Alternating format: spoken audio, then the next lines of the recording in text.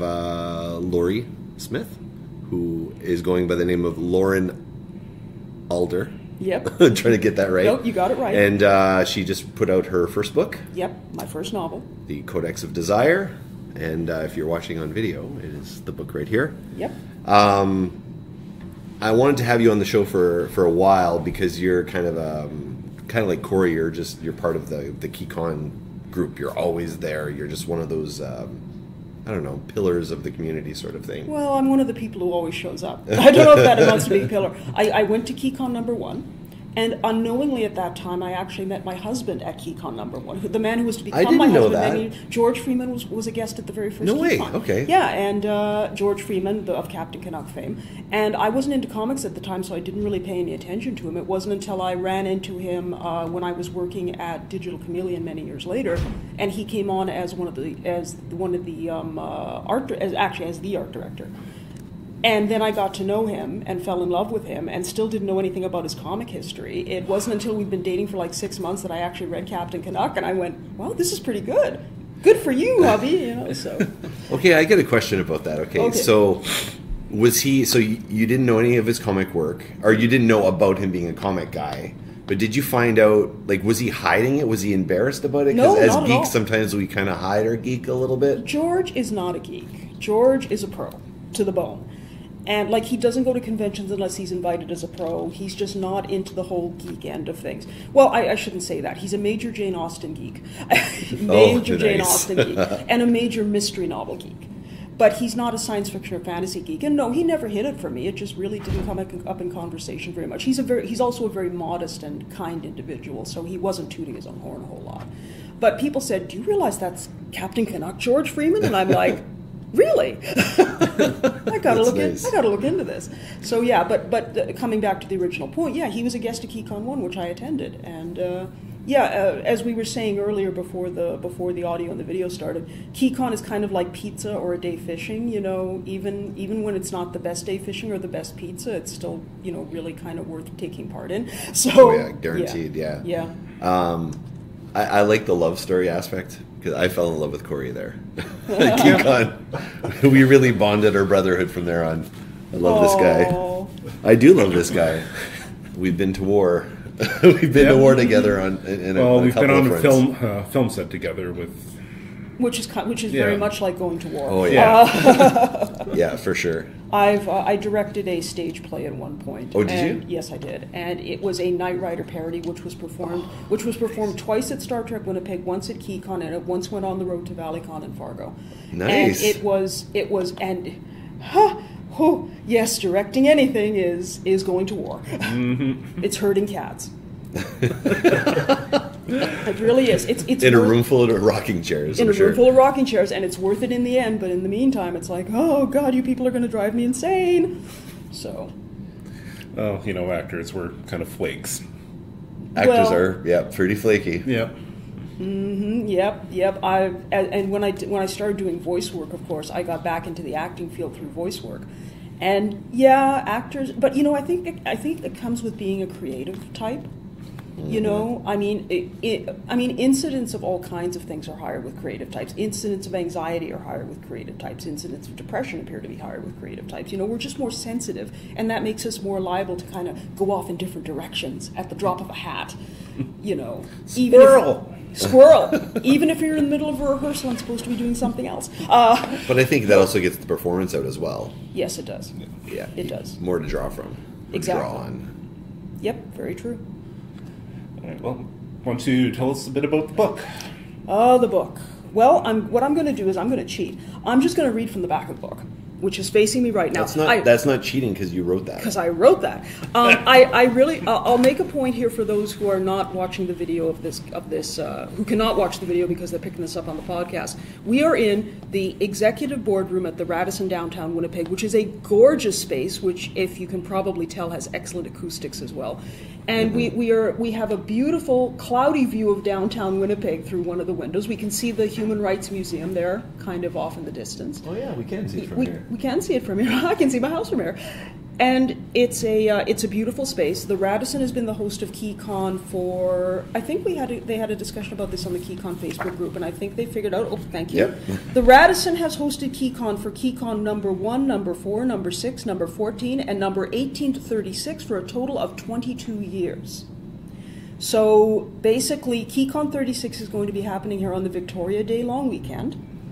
And the Wild Prairie FurryCon, which will be Winnipeg's second FurryCon, is going to be happening August 9th to 11th of 2019, again here at the Radisson. You guys have to make it out to these things. The Radisson really hosts a really good convention. It's the best place to go for convention space. Beats out the convention center, hands down. Agreed. And Keycon has been at a lot of different convention venues, and the Radisson is, well, you know why Keycon, one of the big reasons Keycon stays at the Radisson is because the whole 15th floor of the Radisson, folks, is executive suites, which are the really big suites that have kind of that little kitchen unit attached. And every year at Keycon, the whole 15th floor of the hotel is transformed into a set of, I believe it's 8 themed hospitality suites.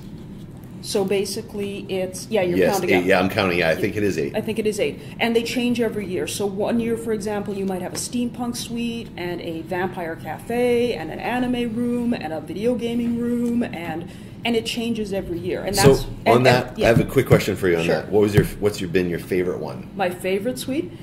You know what? I love them all. I'm not discerning, but I have to admit the best Keycon con suite moment I can remember was the year that I had a room. I knew this was going to be interesting, so I knew I was going to draw something interesting out of here. I had a room at the hotel, and I was on, I think, the 11th floor, which was a function room floor, and waiting for the elevator. And ding, the elevator door opens, and a smell wafts out. And there's a guy in the elevator with a metal trolley with a big metal pan on it that's tinted with tinfoil, like really high with tinfoil. And being a curious person, I went, "What's that?" And the guy said, "Oh, it's a whole roast pig." I said, "And where's that going?" He said, "Suite 15 something, the official con suite." And I went, "Well, I'm not going to my room anymore." Yeah, no kidding. So basically, I stepped into the elevator with him, followed him to the official con suite, and that was the year. Because I don't know if they're doing it this year. They're debating it. But in past years, the official con suite has been responsible for serving free breakfast to at least 200 convention attendees, and either a free lunch or dinner to at least 200 convention attendees. That was the year of the wild pig. Or the roast pig, I should say. I'm pretty sure it was a domesticated pig. But they served pig with potato salad and coleslaw and buns. And that pig was picked clean within a half hour. Because you would not believe how fast word spreads at a science fiction convention when there's free food. Oh yeah.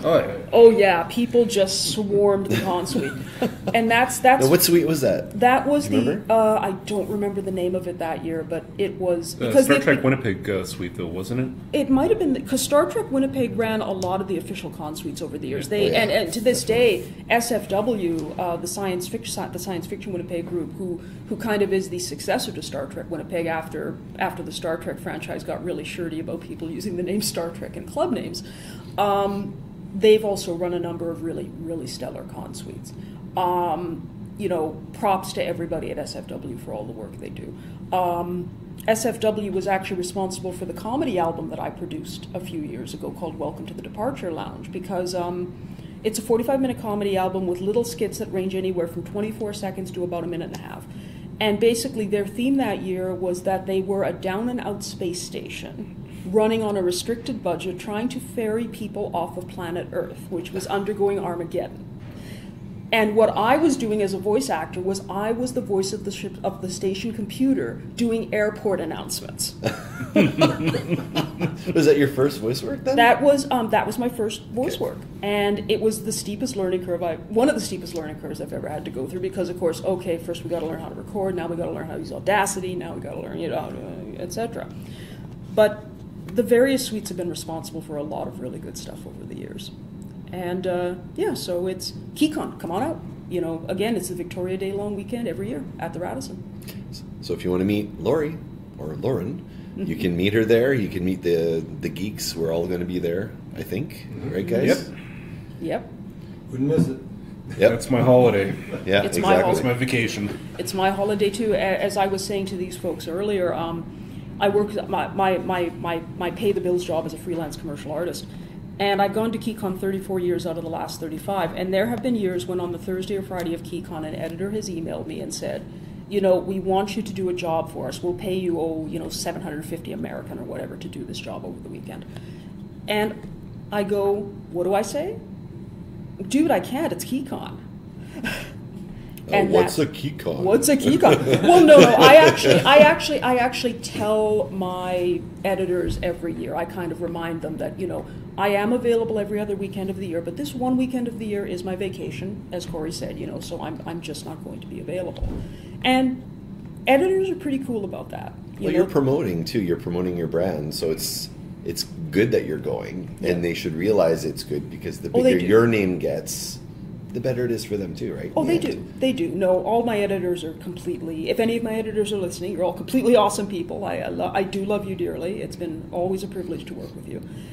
And yeah, Keycon is a wonderful place for meeting creative people and learning about all kinds of new and different things. In the dealer's room, there's all kinds of novelists there. There's graphic novel artists there. And basically people who will sell you stuff that maybe you can't get anywhere else. And that's a tremendous thing about Keycon too, is it's very creative. That's how I got cast into the Evil Within movie, was pretty much through Keycon. Yeah. Yep. Actually, that kind of brings us to a point. Your brand, for the most part, is Laurie Smith. Laurie E. Smith. Laurie E. Smith. Laurie E. Smith. Yes. Yep. Graphic artist, but you chose a pen name for the Codex of Desire. Yes. Laren Alder. Would you like to tell us, because you told a very amusing story as to why that is. I will tell you exactly why that is. Amazon has this tricky little thing it does, where if somebody leaves a review on your book, and they have the same last name as you do, Amazon will go, oh, I bet that's a family member. Kick. What? And they kick the review. And you would not believe how many Smiths there are in the world, but there's a lot less Alders. Well, I'm sure there's more than a couple. Yeah, exactly. But Alder is a lot less common as a name. Adler might be more common. Adler is more common. So Alder. But also because I'm pagan, Alder has a specific spiritual meaning as well. So that's another reason why I chose it. And so so Laren Alder, So So how does that work for copyright? Getting paid, those sorts of things. Is there any instruction? No. Behind the scenes at Amazon and behind the scenes at the Government of Canada site, which issues the ISBN numbers, I am Laurie Smith. Okay. And I am paid under that name. I want to make sure you're getting paid. Oh yeah, I'm getting paid, man. Well, actually, Amazon for the most part, unless it's in which two markets is it?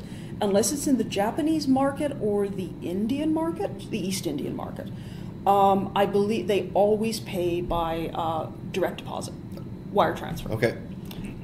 So basically, once a month at the end of the month, ba-ding, up in my account, the Amazon account, all the Amazon payments for the various regions show up, and it's nice. It's nice, and it's low maintenance. But yes, behind the scenes, every author is there under their real name. The pen name is really just a pen name.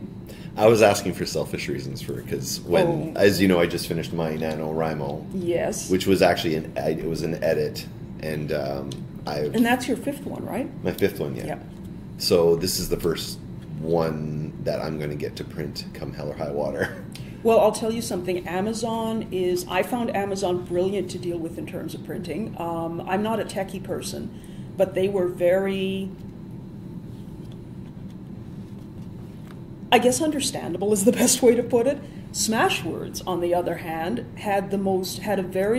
their guide to publishing on Smashwords is 117 pages.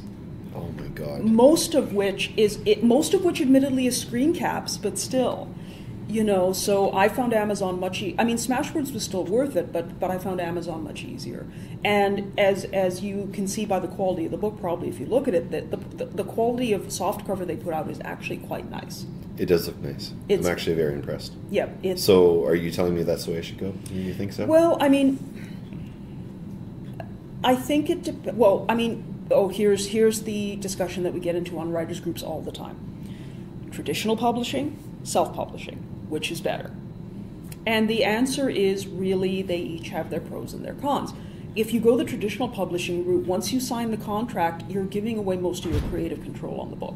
Yep. So basically, they get to choose the cover. You might get some input if you're lucky. I mean, I was just at a writers' get-together where some horror stories were being told, including one fellow who saw the cover to his book, and it was full of flying dragons.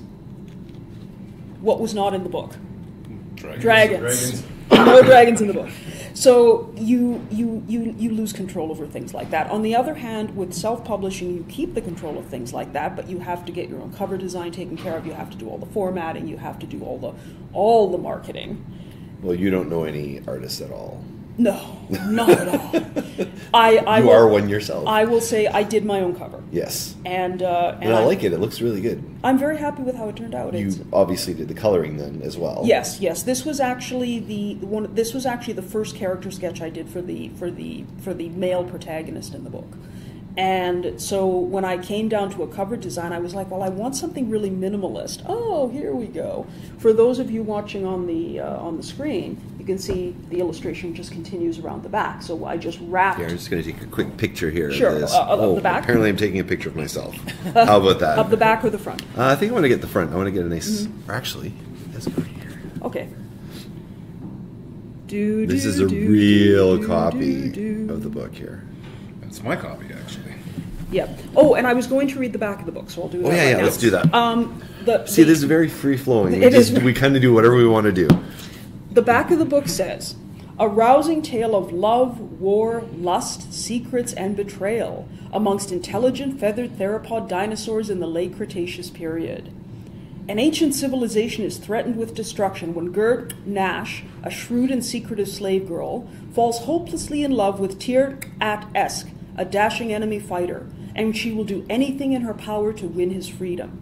But can anyone escape the cruel desires of the most potent chiefess Ev Ora, whose overriding goal is to claim the handsome captive warrior for her own?" You had your good speaking voice on there. I did. No, that was the voiceover thing. So I was wondering. I actually watched the trailer for the book, and I'm like, I think that's you that was doing the voiceover on the trailer. Is that correct? There's two trailers for the book out there. One of them is the earlier one I did, which did have my voice. There's also one which was done by a company, I believe, called Big Rocket. Oh yeah, Big Rocket. So they did the voice on that one. There was actually no voice on theirs. It was just images and text. And I actually got that because I put my name in for a free draw for a trailer. And it was a 15-second trailer initially. And I'm like, okay, we'll see what you can fit in 15 seconds. And I won the draw. And I was like, hooray. So I said, okay. So I got in touch with them and I provided them with all of the images of the characters and all this kind of stuff and like some text and things. And they actually ended up giving me for free a 45-second trailer. Nice. But I think that's because I provided all the images, so they really didn't have to do a lot of work. They just kind of, they just kind of did that. Big Rock? I think it's called, it's either Big Rocket or Red Rocket. Oh. Yeah, I'll find it because I had the trailer saved on my computer. So yeah, well, if it had a voiceover, then it's not the Big Rocket trailer. Okay, gotcha. Yeah, gotcha. But yeah, it's they did a tremendous job. Highly recommended. 10 out of 10 would trailer again. And yeah, it's but yeah, I mean that's part of the marketing thing, right? You know, as you put out the trailer, you do interviews, you trade interviews with other authors where basically you send them questions, they send you questions, you publish it to your different sites. And that's all part of it, and that's something. And I shouldn't say that if you go the traditional publishing route, you don't have to do that, because that used to be not true. And it's not true now. Yeah, that's true. To do the double negative, because now most traditional publishing companies hand over the marketing to the author and say, you get to do all this. So you give up your, I didn't realize that. So you give up your creative control and you do all the scut work. Yeah, I think you're really leaning on me to go in a particular direction. Well, no, I mean, it's nice to give up certain. There are certain aspects of putting a book together, like getting the cover done and doing all the formatting and the editing. Oh my goodness, the editing and the proofreading. Oh my goodness, the proofreading.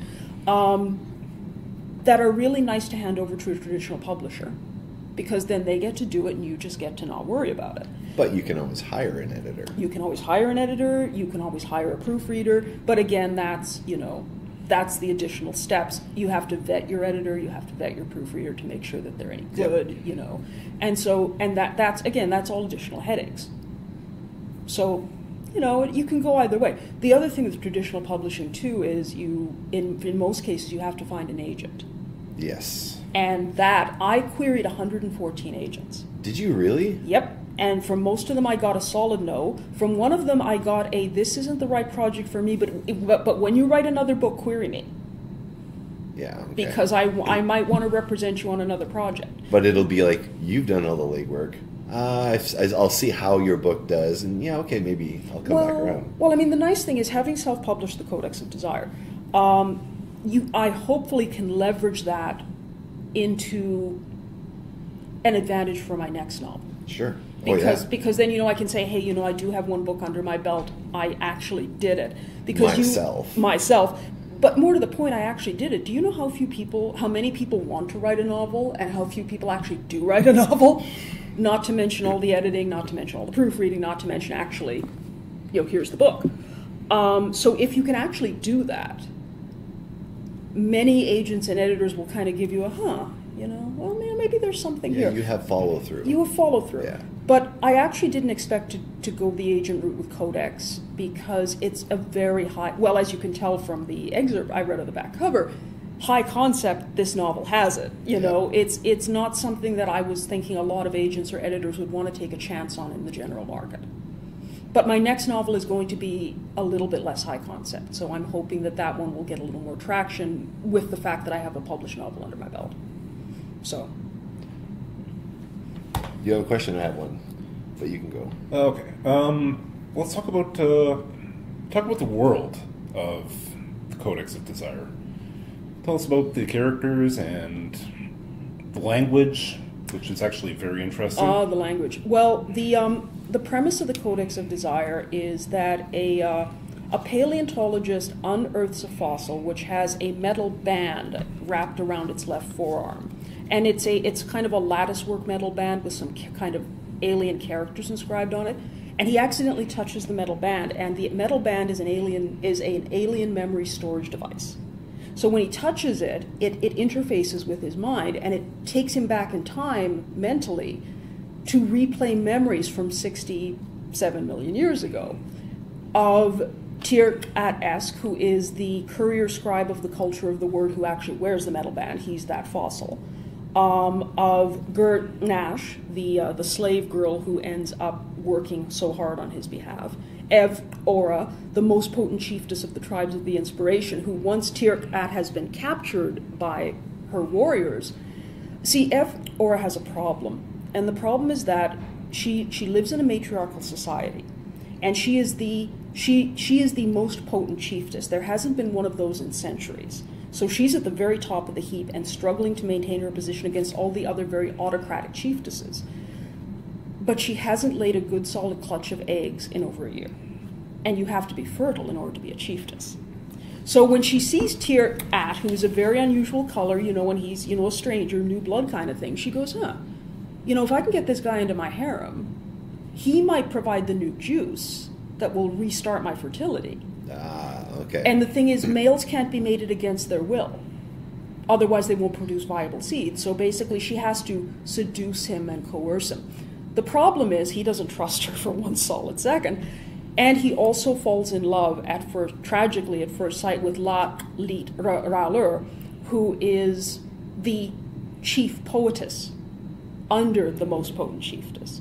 And so he sees Lit perform, he falls hopelessly in love with her, and well, there pretty much goes Evora's chances. But Evora is not willing to give up. And neither is Girn'ash, who can very clearly see that, you know, this whole thing is running toward a brick wall at 180 miles an hour. So... Or a branch, a low-hanging branch. In the case of Tir'at, read the book, folks. Read the book, folks. There's a low-hanging branch which plays a starring role. But yeah, it's a cult. It's basically the alien codex. The codex, the alien civilization, came down from the sky around 300 years ago, and released a biological agent into the local population of this dinosaur species. And some of them died. Some of them shook it off and weren't affected by it. The ones who were affected by it, basically it was a genetically re-engineering retrovirus. So it changed their brain structure, it changed their hand structure, and it made them more suitable to being the kind of civilization that the Codex wants, which is a civilization based on patriarchy, the dominance of the male, which was totally against all the instincts and all the culture of this dinosaur species prior. It had always been matriarchal. And also made them into the culture of the word, which relies on the written word to maintain its documents and its history and so on. On the other side, you have the tribes of the inspiration, who are an oral culture, who are matriarchal, and they've been around for, thousands upon thousands of years. And so they do not look kindly upon these patriarchal upstarts. I was on the Femisphere radio broadcast over at CKUW a little while ago, and one of the hostesses there actually pointed out that there's also a lot of themes in the book of colonialism versus reconciliation. Because, I mean, the culture of the word, basically the colonialists, they're in here, trying to, get a foothold and drive out this matriarchal culture. And the reconciliation is Tir'at being pulled into this matriarchal culture against his will, and suddenly when he sees La'lit, feeling all these old instincts resurge and realizing that, hey, maybe all this stuff I've been taught all my life isn't quite what I thought it was. Maybe I should go this other way back into the matriarchal culture so I can have La'lit for myself. And so, so basically that's part of the underlying conflict within the novel, is not just these two cultures, but also within Tir'at himself. The interesting thing I found, though, was when I wrote the novel, when I wrote the outline for the novel, it was all about Tir'at and La'lit and Ev'ora, right? And there was one sentence devoted to Girn'ash, the slave, the female slave. And she ended up being the protagonist of the novel. Yep. Which I didn't realize until I went into a workshop to basically, it was a workshop through, I'm trying to remember the name of the website. It was one of the big author websites, and they hold workshops periodically. And this was a workshop about, your high concept novel and how do you, fine tune it. And when I explained the novel to the person running the workshop, they immediately said the slave girl is the protagonist. And I went, what? No. And then I looked over the novel again and I said, oh my God, she's the protagonist. And I've written a feminist novel without meaning to. So it just goes to show that, when you start a novel, you have a concept in mind, and sometimes it just, if you're lucky, if the novel becomes alive, it goes off in its own direction and you're just following along behind. One writer compared it to trying to transcribe an opera while the orchestra is playing it. And that's exactly what it's like. Because you're just following along, writing down what these characters are doing, or at least that's what it was like for me. So does that answer your question, Corey? Yeah, but could we also get into the names, pronunciation? Because you had also brought up that you were looking at some unusual forms of languages.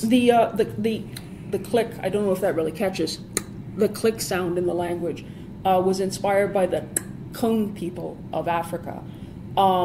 I can't really do the pronunciation properly because I don't have the long jaws full of teeth, but there's a character in the names that's the tilde, which is the little squiggly thing. And so Tir'at Esk, I'm not pronouncing the tilde.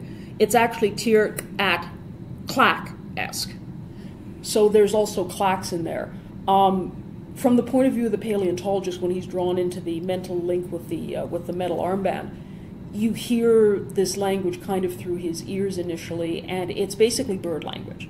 It's a lot of trills and chirps and clacks and cheeps and that kind of thing. So it's a very alien language which is being transcribed into English. And there's also, within the novel, there's four different forms of address. There's the inflection common, the inflection exalted, the inflection most exalted, which everybody uses toward Ev'ora because she's top of the heap, and the standard inflection. And the standard, the first three have been with this species for thousands upon thousands of years. And they denote class, right? How you're addressed in which inflection depends on what class of person you are. The standard inflection is the new inflection which the Codex has imposed. And it's, as opposed to the other inflections, which are very musical and lilting and have a lot of musical elements in them, the standard inflection is very flat.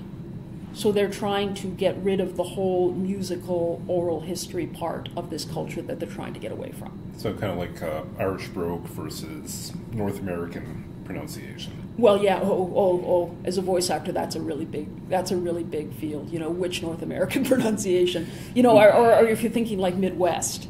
Just thinking, you know, kind of standard. Even the way that we pronounce things, it doesn't have that music that some other languages have. I'm thinking in particular of Mandarin Chinese, which has been described as sing-song, but really is a tonally inflected language where an individual, if I understand correctly, a particular word will change meaning depending on the musical tone it's in a sense. Right. And, you know, and that's kind of what happens in the tribes of the inspiration language, is there's a lot of that going on, whereas in the standard inflection, that's all been taken out. So. I think we need to speak to each other and sing song. With lots of chirps and clicks and burrs. Yeah. There is a sequel plan for Codex, and I will say that the paleontologist's experience with having heard the language of the dinosaurs in question is going to come in handy. But that's all I'll say about the sequel. But his having heard it will be a very important part of that book. So when you came up with the concept for this, were you planning on this is just this book? Is there multiple books? Were you, like, when you originally came up with the concept, was it grand that way, or were you just writing and go, wow, this kind of took off on its own? It was a standalone book initially. I left the possibility for a sequel in case I ever get around to that. Actually, at the book launch, that was like the first question asked was, is there going to be a sequel? Yeah. And, you know, I said, unfortunately, I have a second novel. I have a second novel in a different universe that I have to get out of the way first, and then I might turn to the sequel on this one. But no, it started as a standalone story. And then when it reached the end, and the end came to its reasonable instinctive conclusion, I realized there was the potential for a sequel there. So, you know, we'll see what happens. You know, in the world of writing, anything can happen, you know. Yeah, very true. So this is what I wanted to talk about. So with your what is your writing schedule? Are you person that writes at night, write in the morning? Like, how do you? Oh boy. How does that motivation and drive? What are you doing, or how does that work out?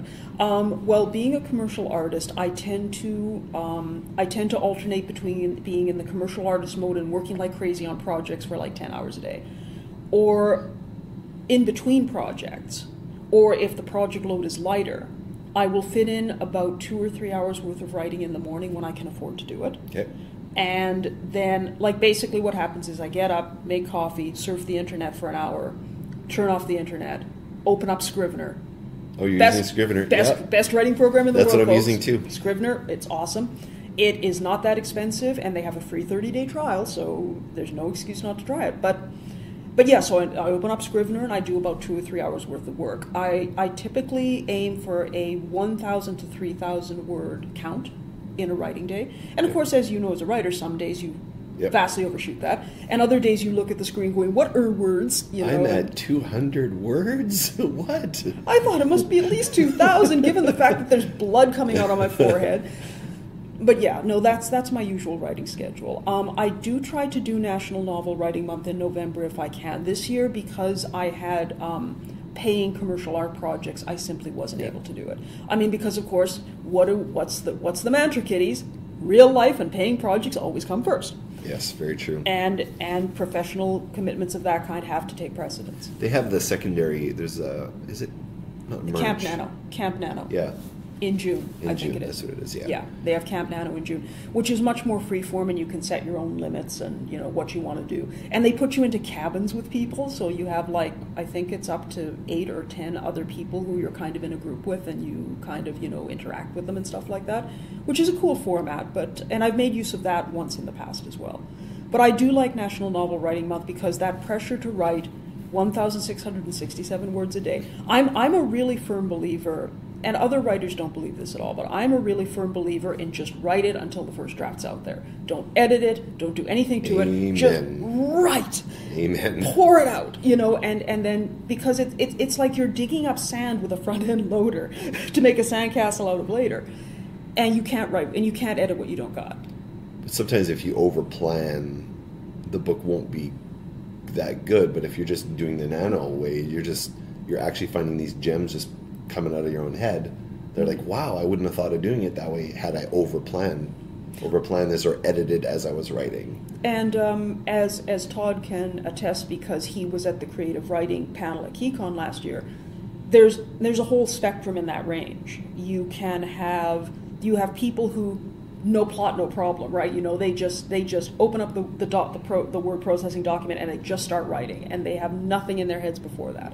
And then there's people who will plot every single chapter. You know, they'll do a 2,000 word per chapter summary, you know, and just basically plot out the whole novel.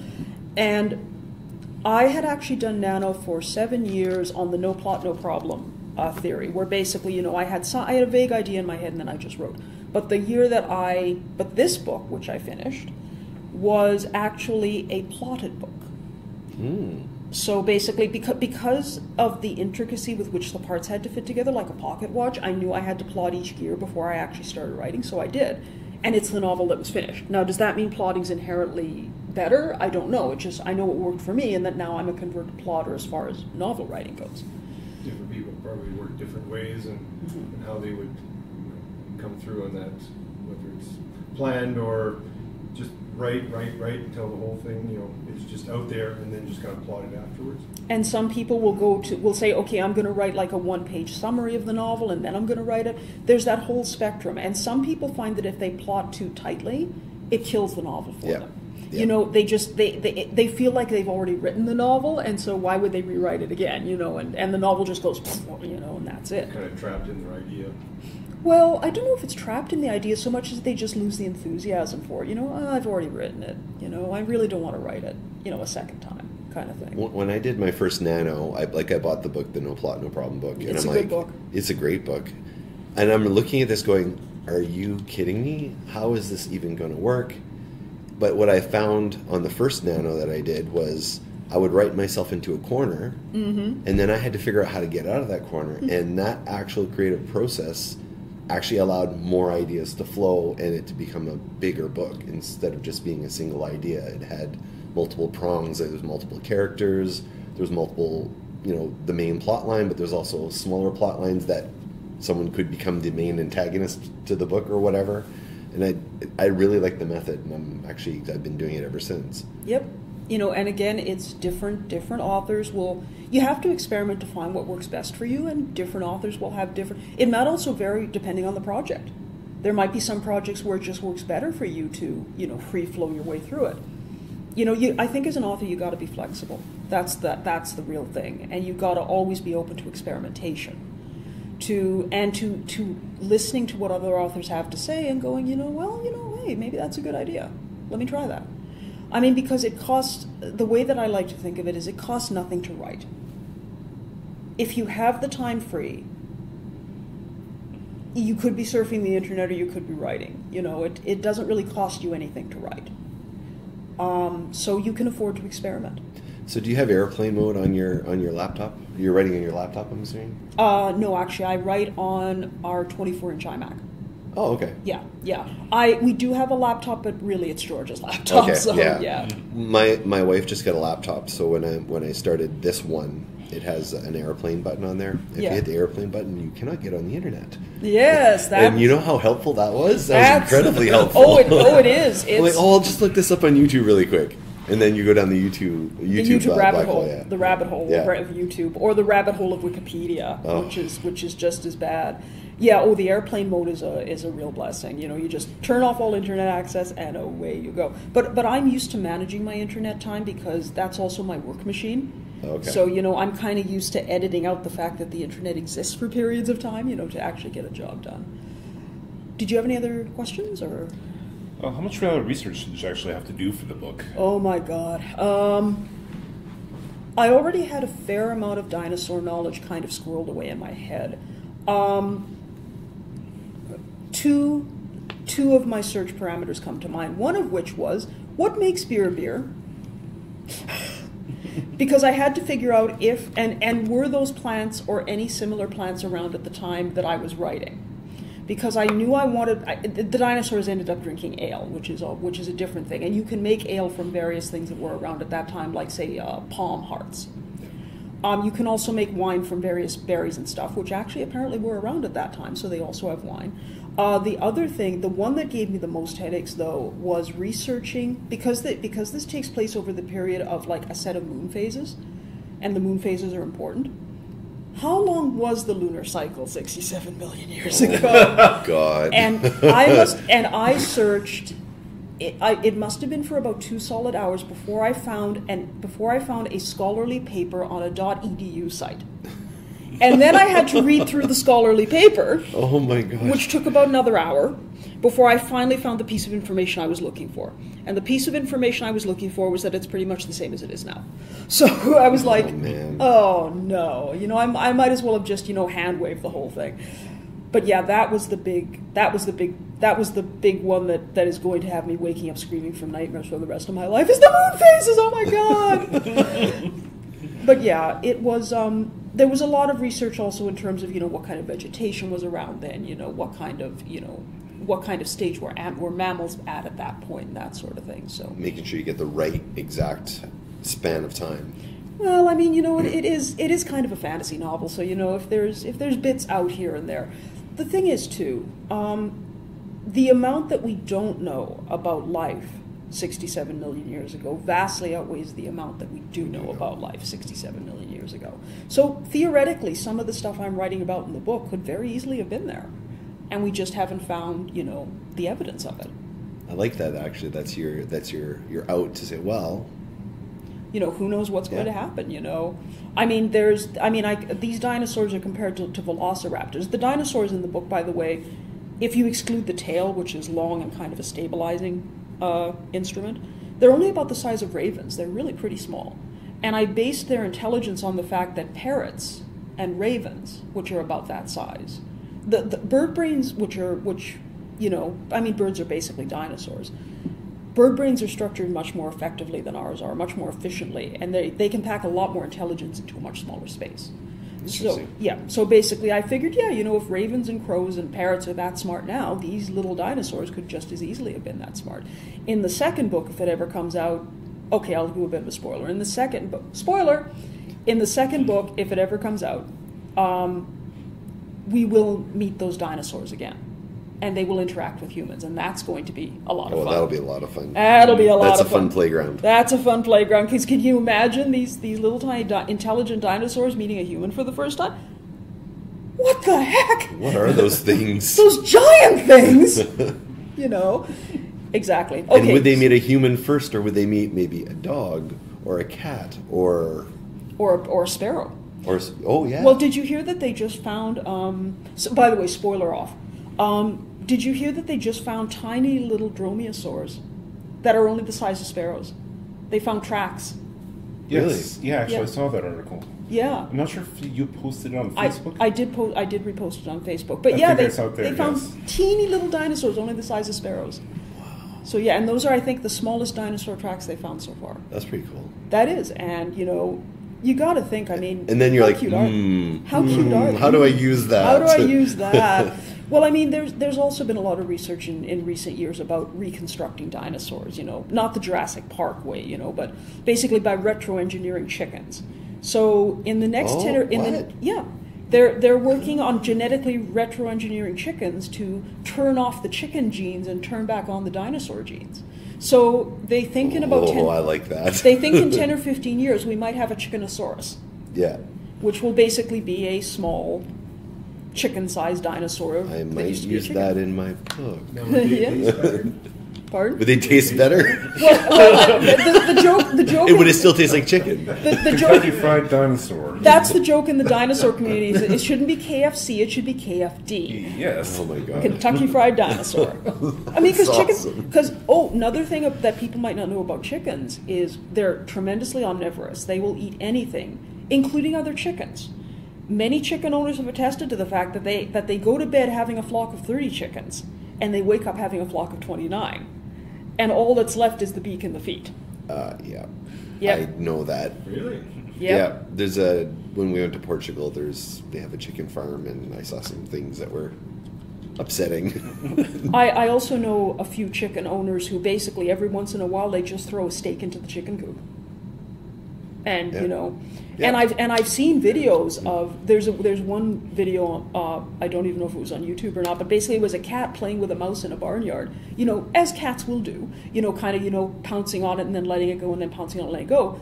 And he had let it go and was watching it, and suddenly a chicken runs in from stage right, grabs the mouse, runs away with it, and beats it to death on the ground. You're doing this all wrong. I am a much older predator. Let me show you, human. You know, and then proceeded to eat it, and then proceeded to eat it. You know, because they will do that. You're wasting your food. Stop. Okay, so if we know all this about chickens, and they want to turn it into a different predator, there's absolutely no way that this can possibly backfire. Well, you have to keep in mind, though, they'll only be the size of chickens. As my husband George said, you know, the way you solve the problem of Chickenosaurus when it attacks you is boot, you know? Yeah, true. But what if you have like 30 of them coming towards you? Well, they're still only the size of chickens. But would they be a bit more aggressive? Would they be more aggressive, and how high could they reach on you? You better be wearing thigh-high thick boots when you get in with the Chickenosaurus. Well, the other thing I've heard among chicken breeders is, you know, the chicken thought balloon, you know, gee, those are awfully nice toes. It'd be a shame if someone decided to eat them. Yeah, don't go around chickens in flip-flops is all I'm saying. God. That sounds like a horror movie in the making. When I was in Portugal, my wife Sylvie, her grandfather's like, "Okay, we're gonna have dinner. We're gonna have chicken tonight." I'm like, "Oh, that sounds great. Yeah, go get it." Like, What? So he took me out to the back. Go get it. I'm like, "What?" How do I even kill this thing? This guy was 85 years old, and I'm trying to catch this damn thing and running after it in a panic because I don't have a lot of testosterone, I'll be honest, and I'm chasing this thing around, and they're fast. And they're fast, and so her grandfather has this gait, just slow, you know. He's 85. He walks over, and in one. He moved. It was like he was moving like the Flash, and he just grabbed the chicken and did his thing. And I'm like, here I'm running around like an idiot, falling on my rear end. Well, and he just did it. Psychology. So if I go this way, the chicken. Yeah. This way. He just walks up. Yep. Grabs him. I'm looking Chicken in this was smart. direction. Boom. Gotcha. I mean, and also it might have been the fact that he was approaching slowly at first. Maybe it didn't Yes, he set was. off. Well, he never ran. It was just he had this fluid. Grace. A grace. Yes, Yeah. exactly. And I never told my wife about how we got the chicken for dinner that night. She knows now. She knows now. I think we're good there to cap off. Unless you got anything else you want to add on. No, I'm pretty good. I want to make sure we promote all of your social media stuff. Yep. I will say you can, if you're interested in picking up a copy of the Codex of Desire, which is about a 134,000 word novel, so it's a pretty good amount of reading for your investment. You can find it on Amazon under the Codex of Desire, and that's CODEX, under the name Laren Alder, ALDER. And Look Inside is enabled, so you can read up to the beginning of Chapter 6 if you'd like to give it a try before you buy. And did you want to do the social media? Yeah, or? so we've got your Facebook page, which is Laurie Smith Author. Yep. So if you look for Laurie Smith Author or at Laurie Smith Author, you'll find her on Facebook. Your Twitter is L Smith Novelist. You can find her on Twitter over there. And I'm going to include all these links in the description of the show. Awesome. So you can just click on it if that's what you want to do. Other than that, this was fun. Okay, it was a great deal of fun. Thanks very much, everybody, for having me. It was really super. And I hope to see some of you folks at Keycon, again, the May long weekend in 2019, or at the Wild Prairie FurryCon, which should be a hoot and a half, on, what are the dates for that, Corey? That You wrote them was down. Oh, there we go. August 9th to 11th. August 9th to 11th in 2019. Again, at the Radisson downtown Winnipeg, which is like the best hotel ever. Just saying. And do you want to do a shout out to McNally? Yes, actually, I did. Thank We you didn't for really- reminding we didn't me. really, We didn't cover really that. touch- McNally Robinson hosted on November 10th of this year my book launch. I have to say thanks so much to John and Karen and to Kobe at McNally Robinson. They were the best people to deal with, and the book launch actually was magnificent because it was packed. I don't even know how many people were there, but it must have been over 50. Over 50, yeah. It was over 50, yeah. It It was was standing room only at one point. It was standing room only toward the end, and it was tremendous. And McNally Robinson actually does have, you might want to phone them to check, because I phoned them about a week ago, and they only had about 4 copies of the novel left. So... Which happened to get to #1 on the paperback list. Yes, I should say that. I can now claim I'm a #1 best-selling author, because, there you go. I can now claim Zoom in. Zoom in. I can now claim #1 best-selling author status because I did hit #1 in their paperback listing. How does It- that feel? Well, John at McNally Robinson, the event coordinator, just sent me an email that basically had congratulations as the subject matter and then a screen cap of the #1 status. And I must admit, I jumped up and down and I kind of danced, and George was turned around in his seat and looked at me going, "Are you okay?" And I'm like, "I'm #1! I'm #1!" So yeah, I mean, that's a big... I think I actually said something geeky, like, author achievement unlocked! Nice. So on that geeky note... You made level 10. I made level 10. You made level 10. I made level 10 in the author game. Yay! Awesome. Yeah, so... Oh, and the other nice thing about McNally was I did, of course, send them a letter afterwards saying thank you so much for all your help. When my second book comes out, I hope you'll consider carrying it. And they were kind enough to say, not only will we carry it, we'll give you a second book launch. Nice. So yeah, they were happy. I was happy. It was all great. So anyway, yes, McNally, tremendously supportive of local authors. Go there, buy books, tell your friends. Okay? All right, awesome. All right. Okay, well, we're going to sign off here. What's Todd's goodbye? See ya. See you guys later. So long, everybody. Bye.